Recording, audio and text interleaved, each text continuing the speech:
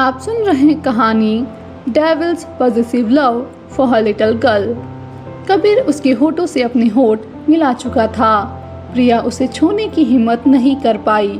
उसे डर था कि वो अपने गंदे हाथों से उसके कपड़े खराब कर देगी, लेकिन वो कबीर को अपने होठों को इस तरह लीक करता महसूस कर जम गई।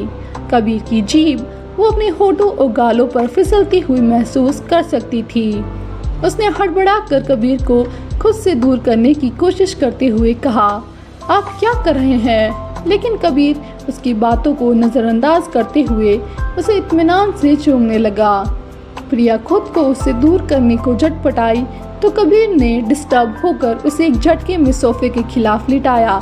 उसके हाथों में अपनी उंगलियां फंसाते हुए बेकाबू सा हुआ उसे चूमने लगा। उसके होठों के आसपास फैली चॉकलेट को पूरी तरह लीक करने के बाद कबीर ने उसके रसीले होठों पर अपने होठ ठहरा दिए। कबीर की किस अब धीरे धीरे वाइल्ड और पैशनेट होती जा रही थी। उसकी पकड़ इतनी गहरी थी कि प्रिया के होठ उसकी बेरहम चाहत के नीचे कांप उठे। अचानक उसने प्रिया के मुलायम होठों को काट लिया। दर्द और सनसनी के मिले जुले एहसास से प्रिया अपने होठ बंद ही नहीं रख पा रही थी और इसी कमजोरी का फायदा कबीर शैतानी सलीके से उठा रहा था। खून का नमकीन स्वाद कबीर की जीभ से टकराया तो वो पल भर को रुका। उसने अपने होठ अलग किए और प्रिया को देखने लगा। उसके होठ अब सूज चुके थे, उनमें से हल्की लाल बूंदें टपक रही थी। जैसे ही कबीर पीछे हटा, प्रिया लंबी लंबी सांसें लेने लगी। उसकी छाती हर सांस के साथ ऊपर नीचे हो रही थी। उसकी हर हिलती धड़कन कबीर के चौड़े सीने से छू रही थी। इस छुआ ने कबीर के पूरे जिस्म में आग भर दी। उसने गहरी नज़र से प्रिया को और देखा, जो अब भी अपनी सांसों को संभालने की कोशिश कर रही थी। प्रिया उसके लिए इस वक्त एक सिडक्टिव कीन की तरह थी, जो उसे पूरी तरह पागल कर रही थी। प्रिया ने हिम्मत जुटाकर कुछ कहने की कोशिश ही की थी कि कबीर झुककर धीमी आवाज में बोला, sorry doll, you have to resist. उसके शब्द अब भी धड़कते थे। प्रिया कुछ कह पाती उससे पहले ही कबीर ने फिर से उसकी होठों को अपनी गिरफ्त में ले लिया। इस बार प्रिया ने अपनी पूरी ताकत लगाकर होठ जकड़ लिए ताकि कबीर अंदर तक न उतर पाए, लेकिन कबीर तो कबीर था। उसने प्रिया की आंखों में सीधे झांका। दोनों की नजरें टकराई और प्रिया ने धीमे धीमे सिर हिलाकर ना कहा। कबीर की सांसें भारी हुई। उसने और करीब जाकर फुसफुसाया, बेबी लास्ट टाइम, उसके बाद नहीं करूँगा, ओपन योर माउथ। प्रिया की आंखें भीगी सी हो उठी। वो कांपती आवाज में बोली, नहीं, छोड़िए मुझे प्लीज। पर कबीर ने उसकी विनती अनसुनी कर दी। उसका हाथ प्रिया की छाती पर टिक गया और उसकी आंखें प्रिया की आंखों को घूरने लगी। उस खामोश नजर में एक सख्त चेतावनी थी, अगर तुमने मुंह नहीं खोला तो अंजाम और गहरा होगा।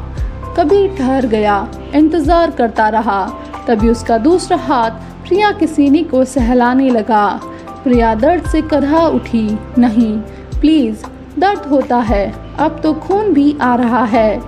कबीर की आवाज़ और भी धीमी और सिडक्टिव हो गई, डोंट वरी, इस बार चोट नहीं पहुंचाऊंगा, ओपन इट।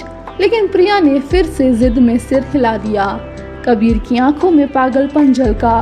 उसने बर्फ जैसी ठंडी आवाज में कहा, सॉरी बच्चा, but I want your lips right now. बोलते ही उसने प्रिया के सीने के नाजुक हिस्से को जोर से प्रेस किया। दर्द से प्रिया की चीख घुट गई और मजबूरन उसके होठ खुल गए। अगले ही पल कबीर ने उन होठों को फिर से जकड़ लिया। इस बार उसने खून के बहते स्वाद को धीरे धीरे सक करना शुरू किया। अब वो वाइल्ड नहीं था, बल्कि एक अजीब सी नरमी और कसक से भरा हुआ था। कबीर की गहरी लंबी किसेस और उसके हाथों की छुआ ने प्रिया की आखिरी ताकत छीन ली। थक कर वो उसकी गिरफ्त में ही नींद में डूबने लगी। कबीर उसके होठों को तब तक चूमता रहा जब तक उनमें से खून बहना नहीं थम गया। जब उसने महसूस किया प्रिया बिल्कुल शांत हो चुकी है तो उसने थोड़ा दूर हटते हुए उसकी ओर नज़र भर देखा तो पलकें वहीं ठहर गई। प्रिया की पलकें बंद थी और वो नींद में खो चुकी थी। कबीर के दिल में अजीब सी कसक उठी। वो बुदबुदाया, आई एम सॉरी डॉल, पर मैं खुद को तुम्हारे सामने कंट्रोल नहीं कर पाता। उसने झुककर प्रिया के माथे पर हल्की सी किस दी, फिर उसे अपनी बाहों में उठाकर अपने कैबिन के रूम तक ले गया। वहाँ की किंग साइज बेड पर उसने प्रिया को लिटा दिया। वह वहाँ किसी गुड़िया की तरह मासूम लग रही थी, जैसे कोई बच्चा गहरी नींद में हो। कबीर कुछ देर तक उसे निहारता रहा।